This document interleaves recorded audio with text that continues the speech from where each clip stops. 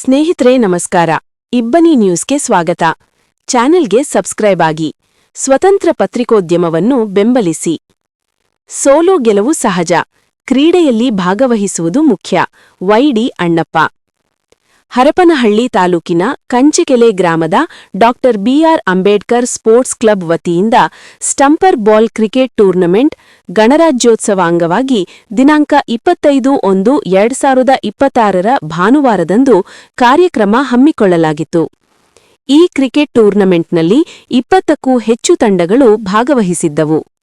BDCC bank ನಿರ್ದೇಶಕ ಹಾಗೂ ತಾಲೂಕು ವಾಲ್ಮೀಕಿ ಸಮಾಜದ ಅಧ್ಯಕ್ಷ ವೈಡಿ ಅಣ್ಣಪ್ಪ ಉದ್ಘಾಟಿಸಿ ಮಾತನಾಡಿ, ಗ್ರಾಮೀಣ ಪ್ರದೇಶದ ಕ್ರೀಡಾಪಟುಗಳು ಕ್ರೀಡೆಯಲ್ಲಿ ಭಾಗವಹಿಸಿ ರಾಜ್ಯ ಹಾಗೂ ರಾಷ್ಟ್ರಮಟ್ಟದಲ್ಲಿ ವಿಜೇತರಾಡಿ ಬರಲಿ.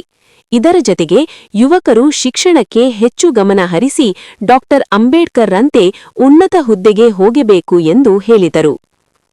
ಕೆಂಚನಗೌಡ್ರು, ಸಿರಿಗಾನಹಳ್ಳಿ ವಿಶ್ವನಾಥ್, ಅಂತಾರಾಷ್ಟ್ರೀಯ ಕ್ರೀಡಾಪಟು ಕೆ ಹಾಲೇಶ, ಗ್ರಾಮ ಪಂಚಾಯತಿ ಅಧ್ಯಕ್ಷ G Ashok, K Bheemappa, K Biddadeppa, Halageri Kariyappa, Ramesh, KS Prasanna, Kyarakatte Nagaraj, Arsikere Manjunath, Dhananjaya, Chandana Annappa, Nicchavanahalli Suresh, ಗ್ರಾಮದ ಎಲ್ಲಾ ಸಮಾಜದ ಮುಖಂಡರು, ದಾನಿಗಳು, ಗ್ರಾಮಸ್ಥರು ಹಾಗೂ ಕ್ರೀಡಾಪಟುಗಳು ಹಾಜರಿದ್ದರು. ವರದಿ ಮಹೇಶ್ ಅರಸೀಕೆರೆ.